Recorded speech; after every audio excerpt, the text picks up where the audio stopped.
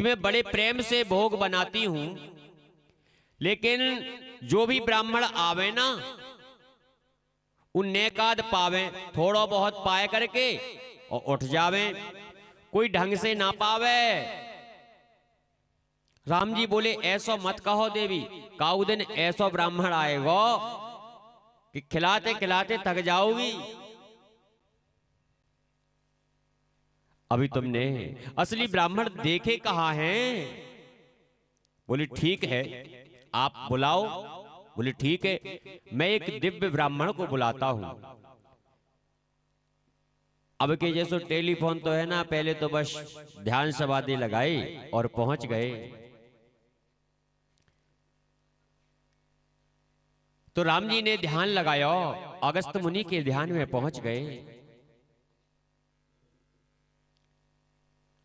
अगस्त मुनि के ध्यान में पहुंच गए और कहा महाराज आओ,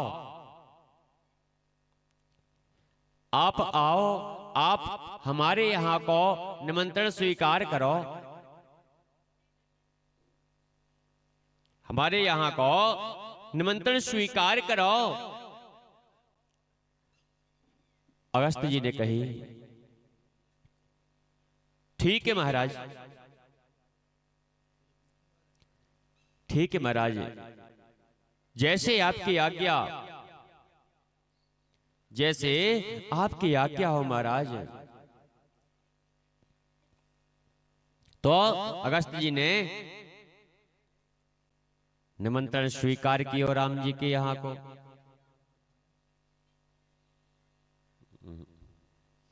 और बोले ठीक है, आज अगस्त मुनि जी भगवान श्री राम के यहां आए। राम जी के यहां अगस्त मुनि आए, बड़े स्वागत सत्कार किया इनको। राम जी बोले महाराज आइए पधारिए, आपको स्वागत है। जैसे ही अगस्त मुनि आए, इनके चरण धोए, राम जी ने अपने दुपट्टे से पोंछे। ठीक है, अगस्त जी को जब आगमन भयो तो बोले महाराज अब प्रसाद भी पाओ यहीं बैठ के। तो का भयो? अगस्त जी बोले कि इच्छा तो ना है, लेकिन आपको आदेश है तो थोड़ा बहुत जरूर पा लेंगे। बोले ठीक है। माता जानकी ने भी देखो को दुबलो पतलो सो ब्राह्मण है, कितनो खाएगो, कितनो खाएगो।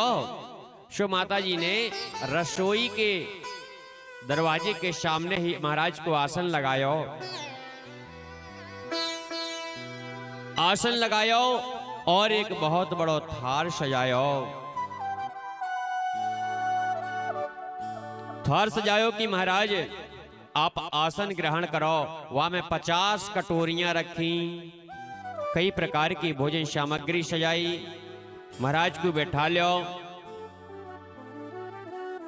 अब बोली महाराज आप पाइए ना, आप प्रारंभ करें भोजन।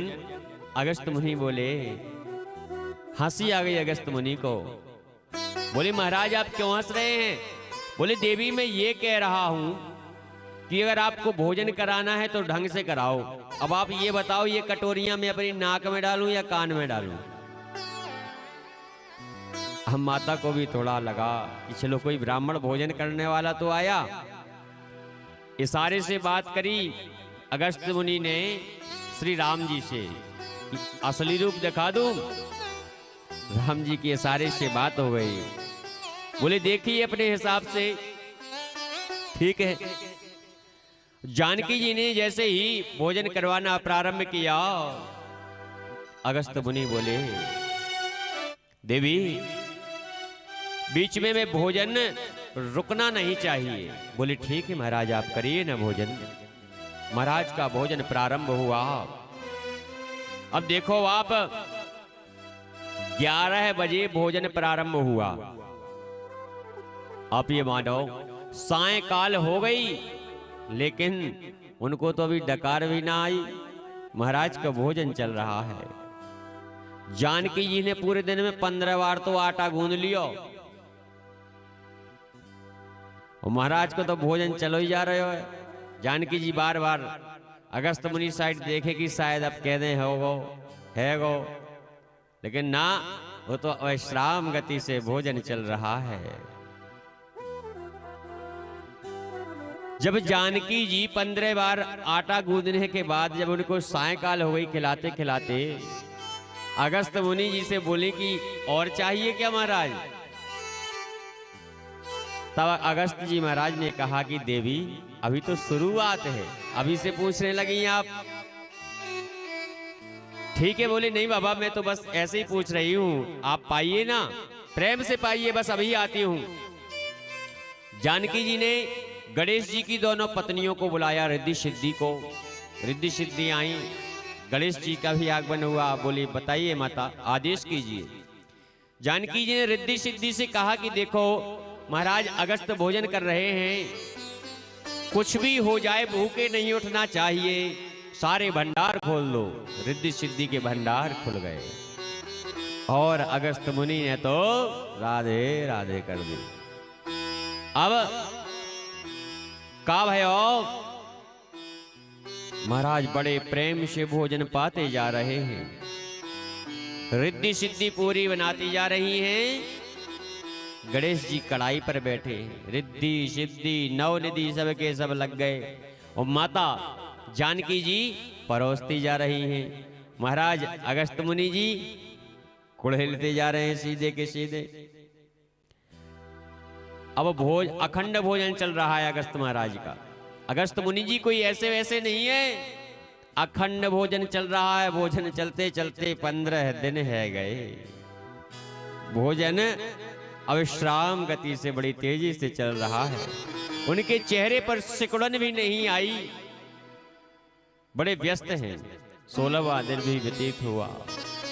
17वें दिन जब भोजन का चल रहा था तो जानकी जी आई और कहती हैं महाराज को प्रणाम, महाराज को प्रणाम करती हूं।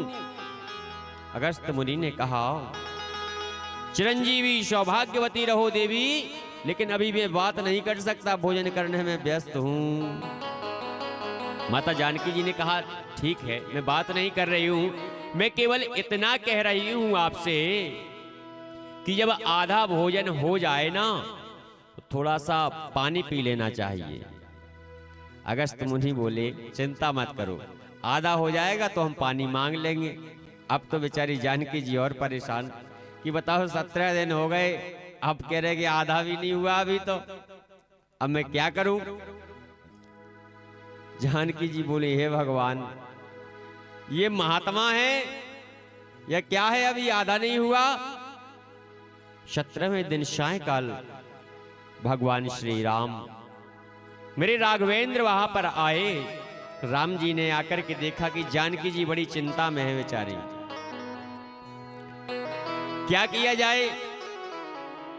गणपति जी महाराज भी चिंता में है, रिद्धि सिद्धि नवनिधि सबके सब परेशान हैं, चेहरे में सबकी उदासी छाई है। राम जी ने श्री जानकी जी से पूछा देवी भोजन बढ़िया चल रहा है ना, कोई दिक्कत तो नहीं है? जानकी जी बोली सुनिए, ऐसा ब्राह्मण मेरे घर फिर कभी मत बुलाना, बताए दे रही हूं मैं। राम जी बोले आप ही तो कहती थी देवी कि कोई अच्छा सा ब्राह्मण बुलाओ जो भोजन करने वाला हो, मुझे संतुष्टि नहीं होती भोजन कराने में। अब अरे बोले तो ये भी कोई बात है, श्रद्धा की टांग तोड़ के रख दी। 17 दिन हो गए भोजन महाराज का चल रहा है और ऊपर से कह रहे अभी आधा भी नहीं हुआ। राम जी बोले आप ही तो बोलती थी, अब हम क्या करें, हमने भी बुला लिए। ये अगस्त मुनि जी हैं, ऐसे वैसे ब्राह्मण नहीं हैं।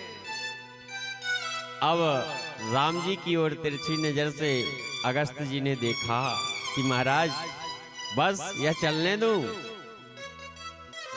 श्री रामचंद्र जी ने कहा कि रहने दीजिए, अब हो गया।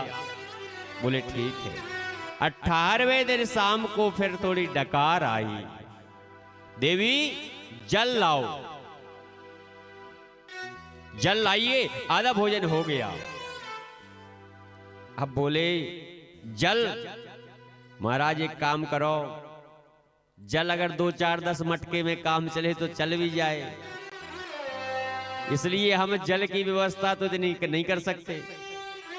राम जी बोले चिंता मत करो महाराज, एक काम करो, आप तो एक समाधि लगाओगे तो एक युग बीत जाएगा। अब भोजन कर लियो आपने, एक समाधि लगाओ।